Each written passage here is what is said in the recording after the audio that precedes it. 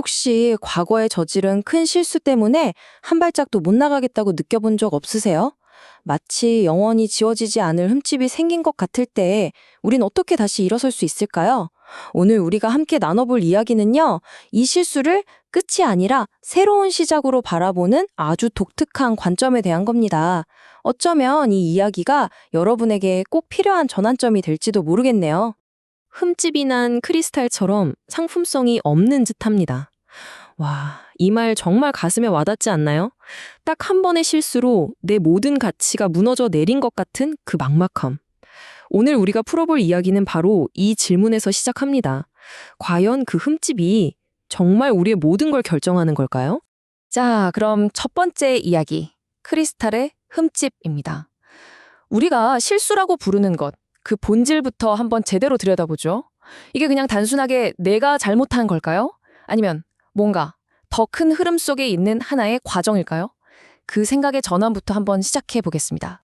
여기서 정말 흥미로운 주장이 나와요. 뭐냐면 자연이 우리 모두에게 인생에서 크게 도약할 수 있는 기회를 딱 3번 준다는 거예요. 딱 3번이요. 이게 무슨 뜻이겠어요? 한 번 넘어졌다고 해서 모든 게 끝나는 게 아니라는 거죠. 우리에겐 아직 다음 단계로 나아갈 기회가 남아있다는 그런 아주 희망적인 메시지입니다. 근데 여기서 진짜 중요한 게 있어요. 단순히 기회가 온다고 해서 성공이 보장되는 건 아니라는 점입니다. 그 기회를 제대로 잡으려면 그 무게를 감당할 만한 나 자신의 질량, 그러니까 깊은 이해와 내공이 필요하다는 거죠. 한번 생각해 보세요. 조그만 돛담배에 거대한 파도가 밀려오면 어떻게 되겠어요? 그냥 뒤집어지는 거죠. 이처럼 준비가 안 된 상태에서 온 기회는 오히려 우리를 더 크게 흔들 수 있다는 겁니다. 자, 그럼 두 번째 이야기입니다. 힘의 2가지 길.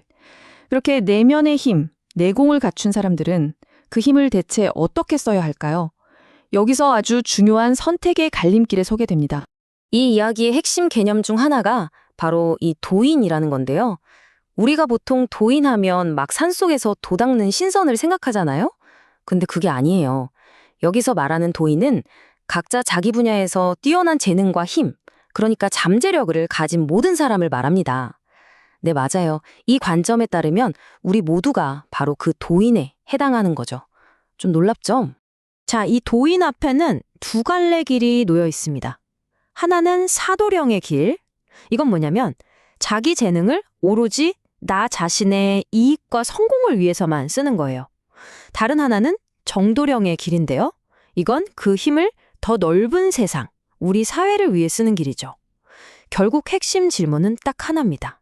나는 내 힘을 어디로 향하게 할 것인가? 3번째 이야기, 유배의 시간입니다.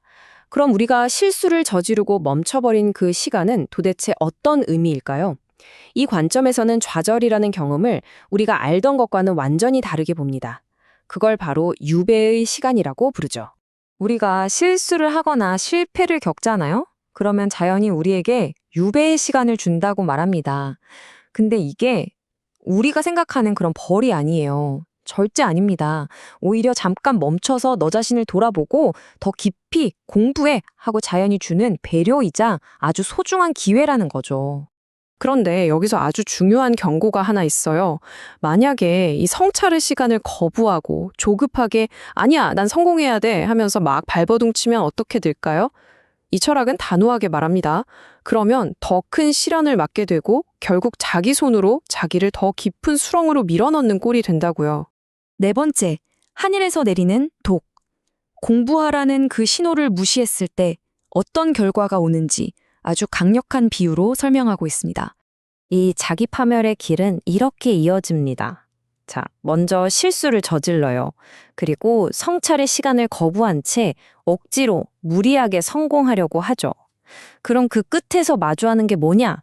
바로 하늘에서 내리는 독이라는 겁니다. 이건 외부에서 오는 벌이 아니에요. 자신의 길을 거스른 결과 스스로 파멸에 이르게 된다는 아주 강력한 은유인 셈이죠. 하지만 이야기가 이렇게 끝나면 너무 절망적이잖아요. 가장 중요한 건 이 파멸의 길에서 벗어나서 다시 돌아오는 방법이 있다는 겁니다. 마지막으로 그 희망적인 돌아오는 길에 대해 이야기해 보겠습니다. 그럼 이 유배의 시간을 어떻게 현명하게 보낼 수 있을까요? 방법은 아주 명확합니다. 첫째, 이 시간을 벌이라고 생각하지 말고, 공부할 시간이구나 하고 온전히 받아들이는 겁니다.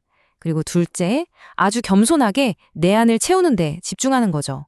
마지막으로 무슨 거창한 성공을 쫓기보다 내 바로 옆 사람, 내 주변 환경을 위해서 내가 할 수 있는 작은 일부터 시작하는 거예요. 그렇게 나를 낮추고 봉사할 때 정말 놀랍게도 새로운 기회와 길잡이가 나를 찾아온다고 합니다. 어쩌면 이게 이 철학의 가장 아름다운 지점일지도 모르겠습니다. 성장은 결코 혼자서 하는 고독한 싸움이 아니라는 것. 내가 준비되었을 때 외부의 도움과 연결을 통해 비로소 완성된다는 거죠. 내 공부가 깊어지고 자세가 바로 섰을 때 나를 이끌어줄 귀한 인연이 반드시 나타난다는 희망의 메시지입니다. 그래서 마지막으로 이 질문을 던져봅니다. 여러분이 겪었던 혹은 지금 겪고 있는 그 실수는 모든 것의 끝을 의미할까요? 아니면 더 깊은 공부와 새로운 성장을 위한 자연이 보낸 아주 겸손한 초대장일까요? 판단은 여러분의 몫입니다.